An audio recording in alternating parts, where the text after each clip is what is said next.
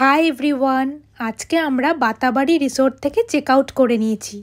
তাই লাগেজপত্র নিয়ে যাচ্ছি একটা টোটো করে আমাদের নেক্সট ট্যুরিস্ট স্পটে। এটার নাম হচ্ছে তিলোত্তমা ট্যুরিজম প্রপার্টি।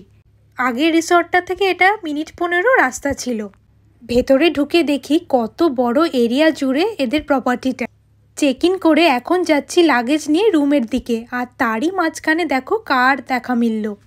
প্রথমে দেখে তো ভয়ই পেয়ে গেছিলাম, তারপর এনারা বলল মাঝে মধ্যে এদের দেখা মেলে। চলো এবার তোমাদের রুমের ভেতরটা দেখানো যাক।